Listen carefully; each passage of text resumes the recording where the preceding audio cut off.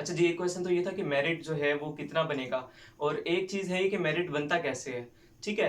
तो अभी इन लोगों ने ना एमओडी वालों ने आपके मार्क्स वगैरह तो बताना आपको पता है कि बंद कर दिए हैं। वो सिर्फ़ आप क्वालीफाई करते हैं तो सिर्फ़ आ जाता है कि eligible for the next phase, नहीं तो डिस्क्वालीफाई हो गए हैं तो आप घर जाके सुकून करें। तो अब मेरिट जो है ना बनता कैसे है, इस पे मैंने पहले भी एक वीडियो अपलोड की हुई थी, लेकिन फिर से वही बात कि काफ़ी सारे क्वेश्चंस या काफ़ी सारी चीज़ें ऐसी थी जो पुरानी थी या जिसपे मजीद जो है ना लोग कहते थे कि सर आपने गलत बताया हुआ है, लेकिन ये एमओडी कोई ना कोई चीज़ चेंज कर देता है ना, तो इसलिए ये मसला दरपेश आता है। तो खैर मैं इसलिए भी नई वीडियो बना रहा हूँ। तो मेरिट कैसे बनता है, नंबर 1 पे आपका स्क्रीनिंग टेस्ट हो गया, ठीक है, वो मैं आपको पीछे बता चुका हूँ कि कौन कौन से आपके फेज होने हैं। फिर नंबर 2 पे आपका डिस्क्रिप्टिव टेस्ट हो गया, नंबर 3 पे आपका साइकोलॉजिकल साइकोमेट्रिक असेसमेंट, ठीक है, और यहाँ पे डिस्क्रिप्टिव के साथ जो है टाइपिंग का भी है उन लोगों का जो बाकी है। अब देखें यहाँ पे ना सपोज स्क्रीनिंग का आप कहते हैं, बार बार पूछ रहे हैं मेरिट क्या बनेगा, सपोज मेरिट बन जाता है 60, ठीक है।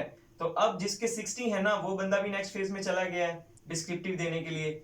ये है सपोज आपका 100 मार्क्स का, तो ये भी 100 मार्क्स का ही होता है, ठीक है। वो मैं आपको बताता हूँ इसका सिलेबस भी ना।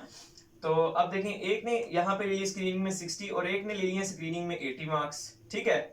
80 वाले भी हैं पड़े। वो एक लड़के का मैसेज आया हुआ था कि, मैसेज नहीं, वो ग्रुप में किसी का आया हुआ था कि 95 मेरे मार्क्स हैं, हो सकता है भाई हो। अब डिस्क्रिप्टिव में भी इसी तरह 100 है। अब जिसने यहाँ पे 60 लिए हैं हो सकता है यहाँ पे वो 80 ले ले, ठीक है। और यहाँ पे जिसने 80 लिए हो सकता है वो यहाँ पे 50 ले ले। तो इसका मतलब है कि जिसके यहाँ पे ज्यादा मार्क्स थे, कई होते हैं ना पीपीएससी वाले रट्टा लगाते हैं, सिर्फ इनको डिस्क्रिप्टिव से कोई लेना देना नहीं होता, और कई होते हैं सीएसएस वाले जो कि रटा छटा नहीं मारते हैं और ज्यादा जो है उनका सब्जेक्टिव स्टडी ज्यादा होती है, तो वो यहाँ पे ज्यादा मार्क्स ले लेते हैं और इनको ये वाले कम आते हैं। तो अब यहाँ पे देखिए ना, मेरिट किसका बनेगा, मेरिट तो इनका बनेगा ना, सॉरी, मेरिट तो इनका बनेगा ना जिसके 140 बनते हैं, और यहाँ पे 130 वाला आ गया।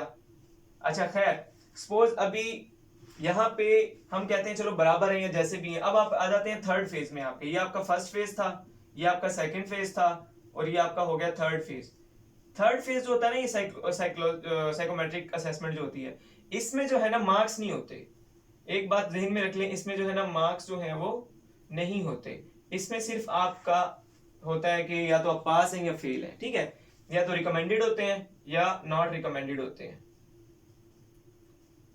अब देखें, ये जो है ना छोटा मतलब सीट्स, मैंने जैसे बताया कि पहले 30 और 30 से आगे आ जाता है एक सीट पे 10 लोग। अब एक सीट पे जब ये 10 लोगों को लेके आते हैं ना साइकोमेट्रिक में, तो अब उन 10 में से इंटरव्यू में आगे 5 लोगों ने आना होता है, तो जाहिर है इन्होंने कम तो करने हैं। अब हो सकता है कि यहाँ पे इसके 140 है, इसके 139 है, ठीक है, दोनों साइकोमेट्रिक में रिकमेंडेड है। तो अब ये वाला आगे चला जाए, ये वाला ना जाए, एक मार्क्स वाला रह जाए। और ये भी पॉसिबल है कि दोनों के मार्क्स जो है ना वो है 140, और यहाँ पे एक बंदा जो साइकोमेट्रिक में रिकमेंडेड हो गया है और एक जो है वो ना नॉट रिकमेंडेड हो गया है। तो जाहिर बात है जो नॉट रिकमेंडेड हो गया है उसके बेशक ज्यादा मार्क्स हो या बराबर हो, तो वो तो आगे नहीं जाएगा। तो इस तरह जो है ना ये आपको शॉर्ट लिस्ट करते जाते हैं। और मेरिट देख लें अब आपका किस तरह बने, स्क्रीनिंग टेस्ट के मार्क्स, डिस्क्रिप्टिव के मार्क्स, टाइपिंग के मार्क्स। तो इन तीनों के जो ये एलडीसी यूडीसी और असिस्टेंट वाले हैं वो, और जो एडी वाले हैं उनका सिर्फ स्क्रीनिंग का और डिस्क्रिप्टिव का, इन दोनों के मार्क्स को जो है वो ऐड करेंगे स्क्रीनिंग और डिस्क्रिप्टिव के, और फिर मेरिट बनेगा आपका जितना भी बनता है। और यहां तक जब आप 30 लोग थे तो हो सकता है आपको लगा हो कि मेरा तो डिस्क्रिप्टिव बहुत अच्छा हो गया है, आपने यहाँ पे अच्छा ना परफॉर्म किया हो, डिस्क्रिप्टिव में आपने बहुत अच्छा परफॉर्म किया हो, तो आप यहाँ पे फेल हो जाएंगे। तो आपने बस यही सोचना है कि मेरे डिस्क्रिप्टिव में कम मार्क्स, स्क्रीनिंग में जो है वो कम मार्क्स थे, क्योंकि डिस्क्रिप्टिव आपका बहुत अच्छा हो गया। और मतलब जिन लोगों का दोनों ये आगे जाएगा, दोनों कहेंगे कि हमारे बहुत अच्छे हो गए, और साइकोमेट्रिक में जाहिर है वो नॉट रिकमेंडेड हो जाएंगे। तो ये है एक इनका समझ लें कि सर्कल कि कहीं पे भी जो है ना वो आपको निकाल सकते हैं। और मेरिट भी देख लें इस तरह, और ये पॉइंट्स में जाता है मेरिट जो है ना, क्योंकि पॉइंट्स में इसलिए जाता है कि अभी आपकी नेगेटिव मार्किंग है, ठीक है, तो हो सकता है कि ये मेरिट हो, आपके ये मार्क्स हो, आप रह जाएं। तो इस चीज पे भी जो है ना, आप इस चीज को अपने जेहन में रखना है कि कहीं पे भी आप जो है ना वो ड्रॉप हो सकते हैं, क्योंकि आपके एक फेज में कम मार्क्स हो सकते हैं और एक फेज में ज्यादा मार्क्स हो सकते हैं। अच्छा, अब एक तो स्क्रीनिंग जो है ना उसमें तो चलो ऑब्जेक्टिव टाइप होता है सारा। तो ऑब्जेक्टिव टाइप में तो ये होता है कि सब ने बबल्स फिल किए होते हैं, और जिसको आता है तो ठीक है उसको मार्क्स मिले, जिसको नहीं आता उसको नहीं मिले। स्क्रीनिंग डिस्क्रिप्टिव में ऐसा नहीं होता। डिस्क्रिप्टिव में ये होता है कि अब आपने, कई लोगों ने तो छोड़ी होती है लंबी लंबी ना, तो कई स्टूडेंट्स ऐसे भी थे, मैंने आपको पहले भी बताया कि जिन्होंने कहा कि एक सवाल मैंने पूरा छोड़ दिया और एक आधा छोड़ दिया, वो फिर भी साइकोमेट्री के लिए जो है ना वो क्वालिफाई कर गए थे। समझ नहीं आती कि वो कैसे कर गए थे, बहरहाल वो ऐसा उनके साथ हुआ है।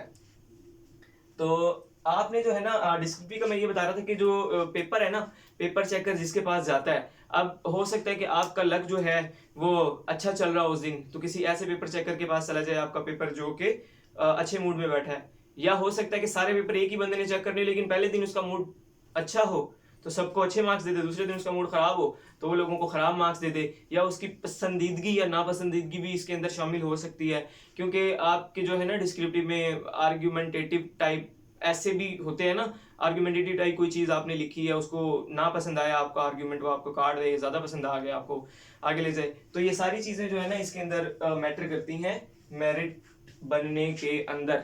मैंने देखिए कौन सा एलिमेंट भी आपको बताया कि पेपर चेकर वाला भी आपके अंदर जो है एलिमेंट आता है बीच में, जो पेपर चेक कर रहा है वो भी आपके मेरिट में अहम किरदार अदा कर रहा है। उसके मूड पे डिपेंड कर रहा है कि आपने आगे जाना है कि नहीं जाना। समटाइम्स ऐसे होता है, हर बार नहीं होता ऐसे, ठीक है। तो ये हो गया। अभी हम सिलेबस इसका देखते हैं कि सिलेबस क्या है।